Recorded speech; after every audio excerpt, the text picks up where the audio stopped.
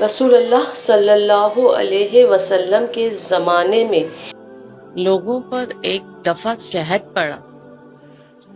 انہی دنوں آپ صلی اللہ علیہ وسلم جمعے کے دن منبر پر خطبہ دے رہے تھے کہ ایک دیہاتی نے کھڑے ہو کر کہا، یا رسول اللہ، جانور مر گئے اور بال بچے فاقے پر فاقے کر رہے ہیں، اللہ سے دعا کیجئے کہ پانی برسائے۔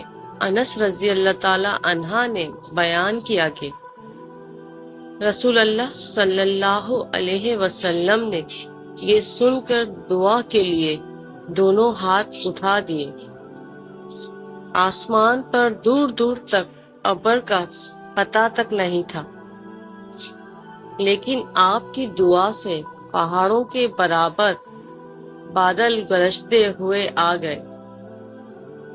ابھی حضور اکرم صلی اللہ علیہ وسلم منبر سے اترے بھی نہیں تھے کہ میں نے دیکھا کہ بارش کا پانی آپ کی داڑھی سے بہہ رہا ہے۔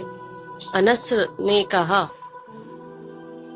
کہ اس روز بارش دن بھر ہوتی رہی، دوسرے دن، تیسرے دن بھی، اور برابر اسی طرح ہوتی رہی۔ اس طرح دوسرا جمعہ آ گیا، پھر یہی بدوی یا کوئی دوسرا شخص کھڑا ہوا اور کہا کہ یا رسول اللہ صلی اللہ علیہ وسلم، کثرت بارہ سے عمارتیں گر گئیں اور جانور ڈوب گئے، ہمارے لیے اللہ تعالیٰ سے دعا کیجیے۔ چنانچہ رسول اللہ صلی اللہ علیہ وسلم نے پھر دونوں ہاتھ اٹھائے اور دعا کی کہ اے اللہ، ہمارے اعتراف میں برسا اور ہم پر نہ برسا۔